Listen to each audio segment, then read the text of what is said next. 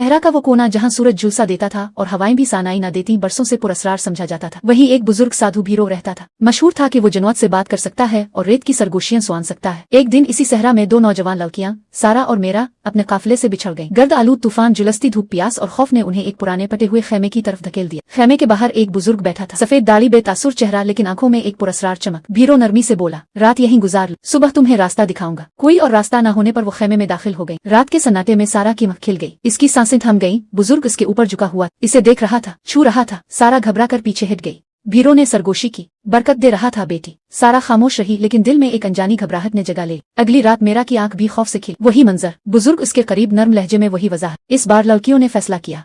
सारा ने आहिस्ता कहा, ये खतरनाक है, हमें निकलना होगा। सुबह होने से पहले वो चुपके से बाहर निकल आए, मगर अचानक एक शदीद रेत का तूफान अलिफामिद आया और उन्हें वापस खेमे में धकेल दिया। खेमे के दरवाजे पर वही बुजुर्ग खड़ा था, जैसे उनके लौटने का इंतजार कर रहा हो। भीरो ने कहा था ना, एक और रात ठहरो। आपके लहजे में नरमी के साथ एक सख्ती भी थी। रात गुजरने लगी, खौफ, बेबसी और कशीदगी बढ़ती गई। भीरो रेत पर कुछ पुरस्रार नकूश बनाता रहा और मुसलसल सारा को देखता रहा। अचानक वो जमीन पर गिर गया। लड़कियां पीछे हिट गईं, सहमी हुई। खेमे के अंदर की हुआ थरथराने लगी। वक्त जैसे थम सा गया। भीरो की सांसें तेज हो गईं, चेहरा सुर्ख, जुरियां मिटने लगे। सारा और मेरा ने एक दूसरे का हाथ थाम ली। अचानक खेमे के दरमियान एक रोशनी का धमाका हुआ। जब रोशनी मांद पड़ी तो बुजुर्ग गायब हो चुका था। इसकी जगह एक नौजवान खूबसूरत शख्स खड़ा था, सुनहरे बाल, उदास गहरी आंखें, एक मानूस सा चेहरा। सारा कांपती आवाज में बोली, तुम कौन हो और वो बुजुर्ग कहाँ गया? नौजवान ने नरमी से कहा, मैं ही वो बुजुर्ग था, मेरा नाम आर्यन है। कभी तुम दोनों मेरी बीवियां थी, हम खुश थे। फिर एक हसद करने वाली जादूगरनी ने हम पर जुल्म किया। इसने तुम्हारी यादें मिटा दें और मुझे सहरा में कैद कर दी, एक बूढ़े के रूप में। इसने कहा था, जब तुम्हारी बीवियां तुम्हें खौफ की नजर से देखें मगर फिर भी साथ रहें, तभी तुम आजाद होगे। तुम्हारा खौफ, तुम्हारी उलझन और फिर वापस आना,